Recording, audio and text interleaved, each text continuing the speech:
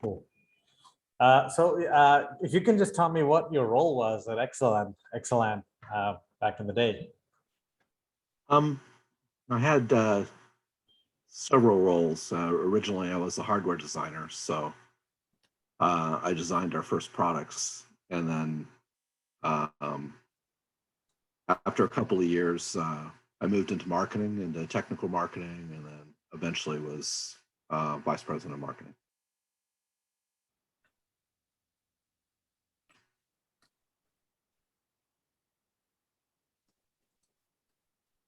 Okay. How would you describe what the product was? Because there was a hardware component, there was a software component. Could you maybe just describe what the Excelan product was in the beginning stages and how it evolved? Yeah, in the beginning, what we were trying to do is connect engineering workstations, mostly for development, to each other. So we built a multi-bus card that would fit into multi-bus computers, which was a prominent bus at the time for engineering development. And we developed a software based on Unix BSD 4.2 TCP/IP, and made it so that it was portable to a wide variety of systems, but most people were running Unix. So.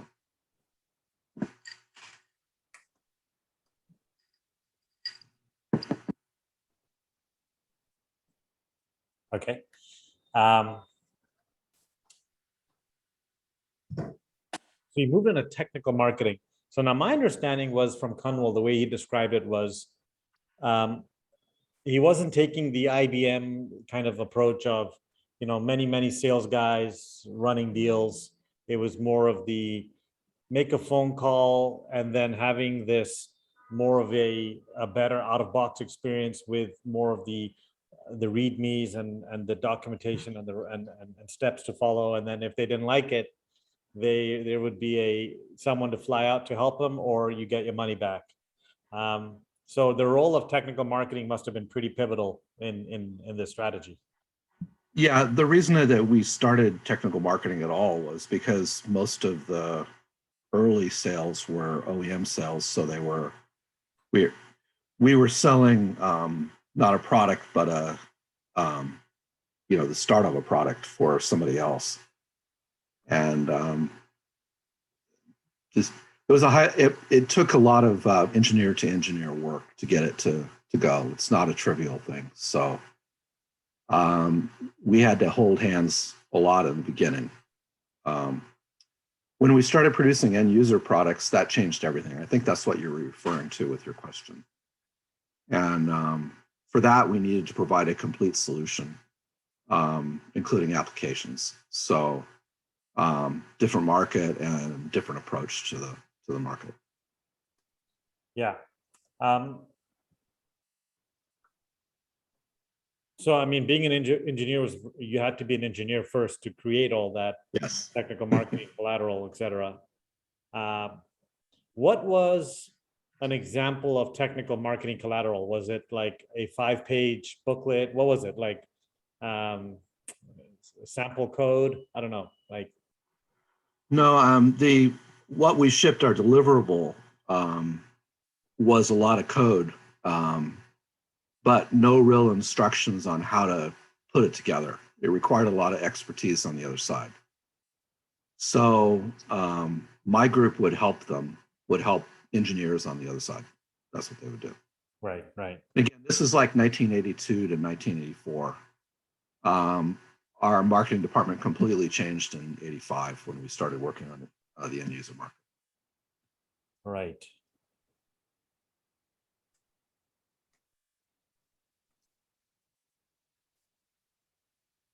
So what could you maybe just talk about that shift towards the end user market? Like what were some of the key things that needed to happen, like the key gaps that got plugged in that transition?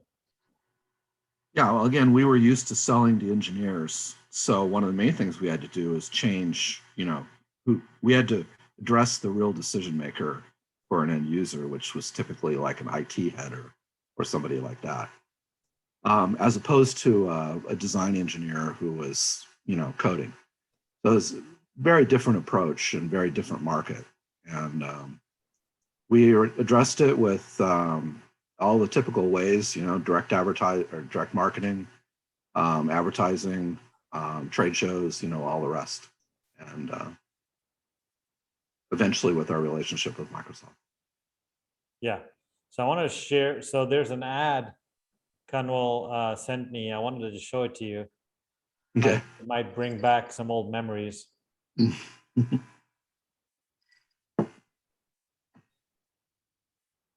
I'm sharing my Word doc. So the first is this over here. So yeah, it says, you'd think someone would finally straighten out the Ethernet interoperability angle someone has. So that's one ad. Do you remember this ad? Were you part of this team that made this ad? Yeah, that was one of the first end user ads we made.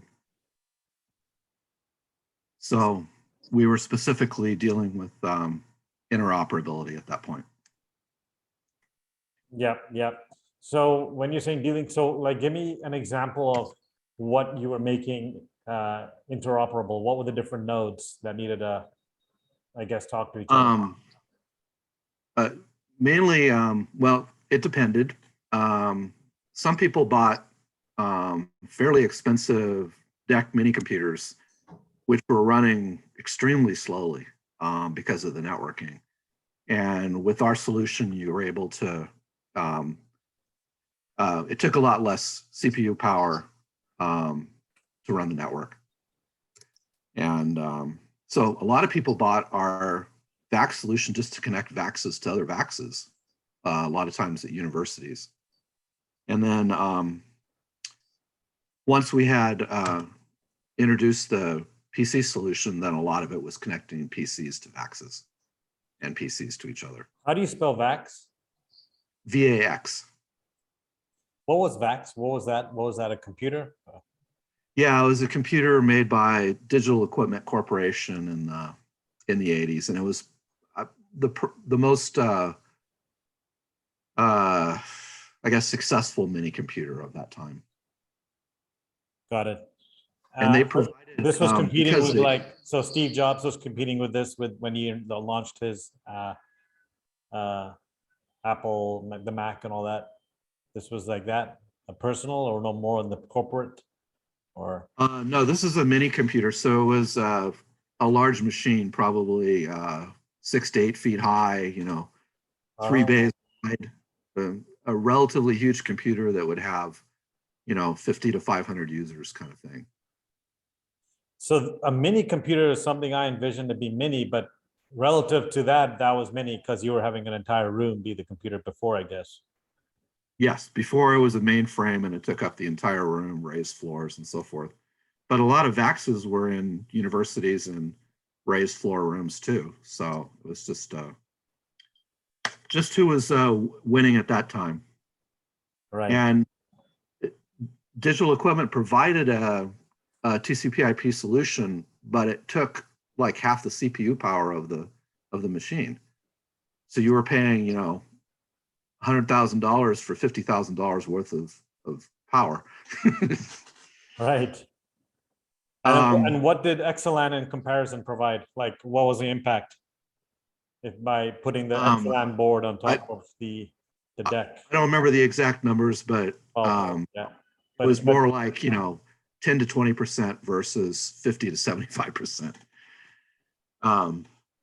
And it's mainly because we were running the TCP/IP protocols on our board itself, and so the applications didn't have to work as hard because the board was doing it.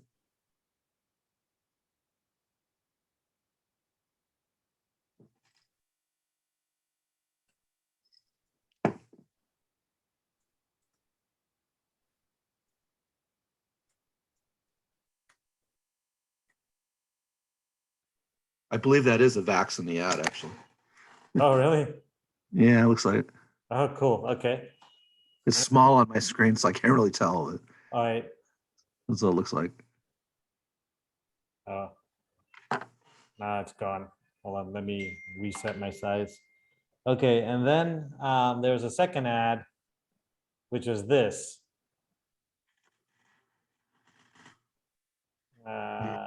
VMS users connect your VAX or micro VAX to Ethernet with TCP/IP. Mhm. So, yeah. Yeah, now that I see it, that looks like a microvax. Ah. Again, the terminology is confusing because microvax is probably only 4 feet high. Wow. Yeah. It was a different world, my friend. So, someone like me that was not in that world would never have thought 4 foot was microvax. Okay, cool. I think the first disk drive that, those giant disk drives that we had to hand change was 8K kilobytes. Right. Right. So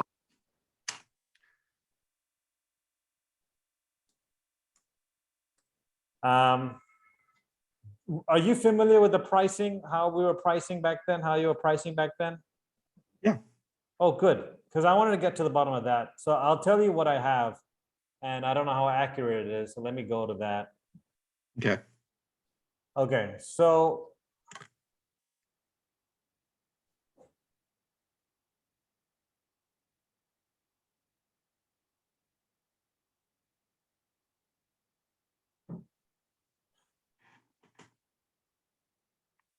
there we go.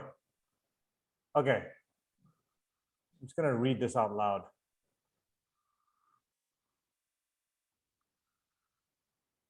So this is something I verbatim got from Kanwal's mouth. Hardware sales were common and standard. It cost $200 to build a board. So Excelan priced it at 1,000 list, but common practice was to give a 50% volume discount. However, at the time, there were no models for software pricing. So Excelan had TCP/IP for IBM PC for Unix microvax access. Sales leadership of Excelan set pricing at $60 per software copy. So with this pricing defined, Excelan went to market to sell to OEMs. Sold to 35 OEMs, recognized OEM space is saturated. So without any hesitation, decided to pivot sales to go direct. Where with package solutions for PC, Mac, standard Unix, mini computers. Sales leadership against Kanwal's wishes maintained the same pricing for OEMs towards end users, even though it was clear that the math didn't work. Forecast was 10,000 units to be sold, which would lead to a $600,000 business. There's no way he could pay salary of his team. So this was me writing notes when he was talking. Because at this time at Kanwal started to take a much more active roles in sales and management as opposed to just engineering. And then I get to a new section where I say, first step for Kanwal was to raise software pricing from 60 to 600, despite objection. Another drastic move was to raise pricing to an unprecedented $14.99.95 software license per node, which was still only 50% of DEC nets, as an example, where they were doing 30K. Also threw in the DEC board, not sure. Oh, okay. Excelan customers by now are mostly corporations, and now he decided to further segment customers. For DEC, 15 grand, which was easily selling at 200 a month, 200, I guess, units a month. For Unix machines, digital mini computers, a price point was $995 was introduced. For microvacs and super micros, pricing was set as at 5,000. For PC, it was 1,995. Okay, so maybe stop there. So does this pricing all ring a bell? Anything you want to add or subtract? Yeah,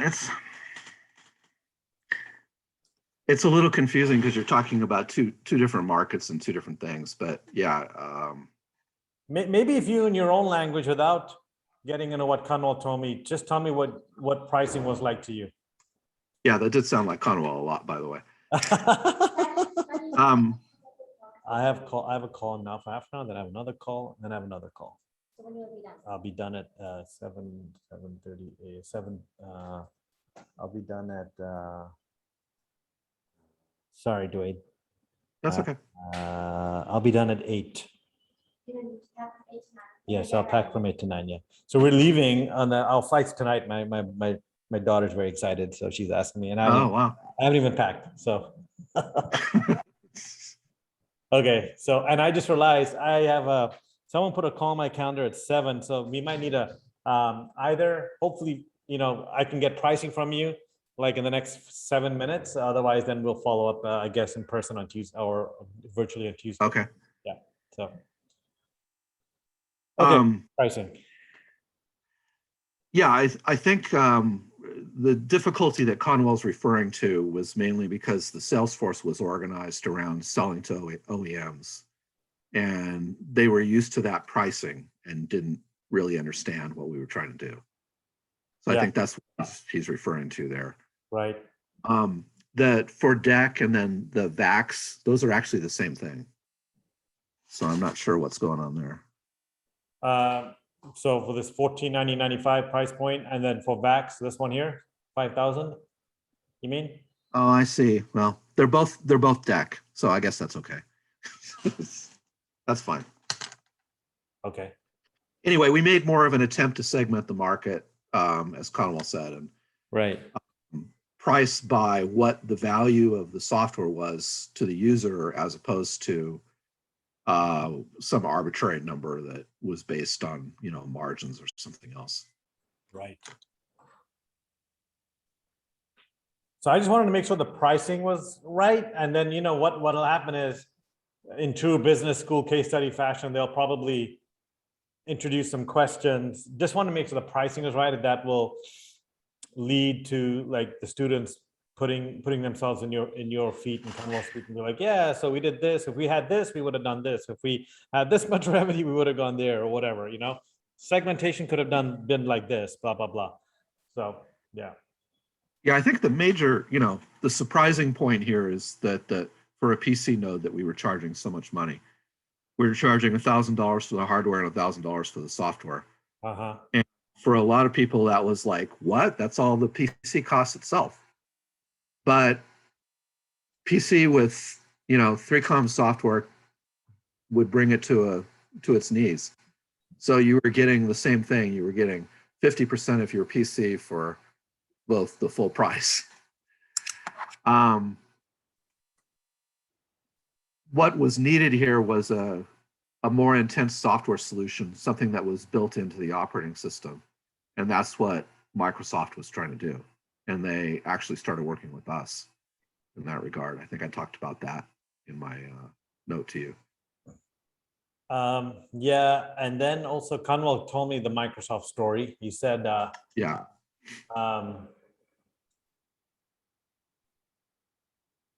Quarter deck.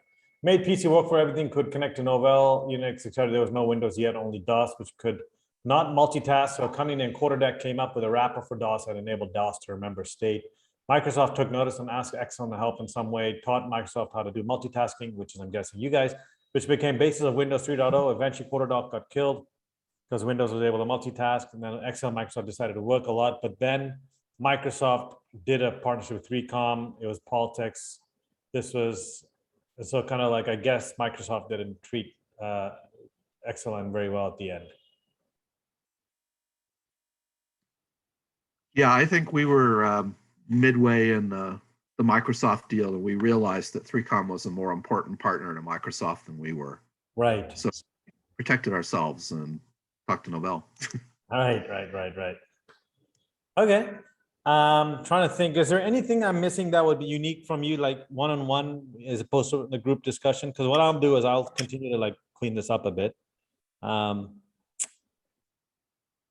Otherwise, it's fine. We can just talk later. Yeah, not really, unless you have any particular.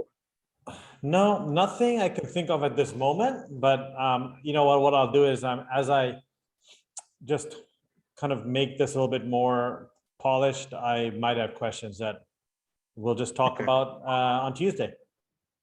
And you're skipping the network analyzer entirely from the discussion. What's the network analyzer? That's the first time I heard about that. What's that? We had a product called NutCracker. That was our second product. Okay. And then a third product called the LANAnalyzer. And that was actually a significant part of our sales in '87 when we merged with Novell, or sorry, in '89. Network analyzer was the third product? Second product. First product was the multi-bus board. That was a NutCracker? The second one was the NutCracker, which was Excelan Data Systems workstation, which was Unix based, and we put in our multi-bus board and put in special multi-bus board and special software that would allow you to monitor network traffic and analyze it. That was NutCracker? Yeah, it sounds like Conwell didn't want to talk about that much or whatever. But Yeah. it was actually a significant part of our work. So was it like an observability, network observability kind of solution, NutCracker? Yes. And then in later versions of, the LANAlyzer, you could read protocols as they were coming across the net, so you could troubleshoot your software to see if it was working. That was the network analyzer? Yes. So the jump from NutCracker was that you were able to get a little bit more into the traffic. Well, at that time, it was really not an end user tool. It was more of a development tool, NutCracker, because at that time people were, doing a lot of work with their own networking protocols. It wasn't necessarily a TCP/IP world right then. So everybody was, writing software. So we gave them a tool so that to help them, and it was built into a workstation, and it was $50,000. And how did this do? That was in 1983. And then when we came out with LANAlyzer, we did the same thing, but we built a special PC board that would work in an IBM PC. And we created a kit. So you could install the board, install the software, and turn your PC into a network analyzer.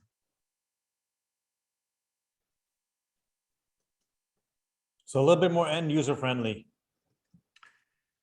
Yes, that was an end user product. Okay. Cool. Could also be used for development. I mean, eventually there were a lot of protocols that were loaded in. And so this did pretty well, the third product, LANAlyzer? Yeah, LANAlyzer was a really important product for us at the time. Right, like an add-on to the core board and software?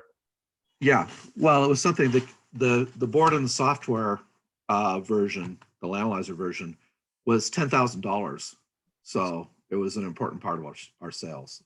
We'd sell several hundred a month. The LANAlyzer was $10,000? Mm-hmm. Per like node, I guess, like an add-on. Per kit, yeah. You only really need one per network. Whereas the other pricing was per node, per workstation, right?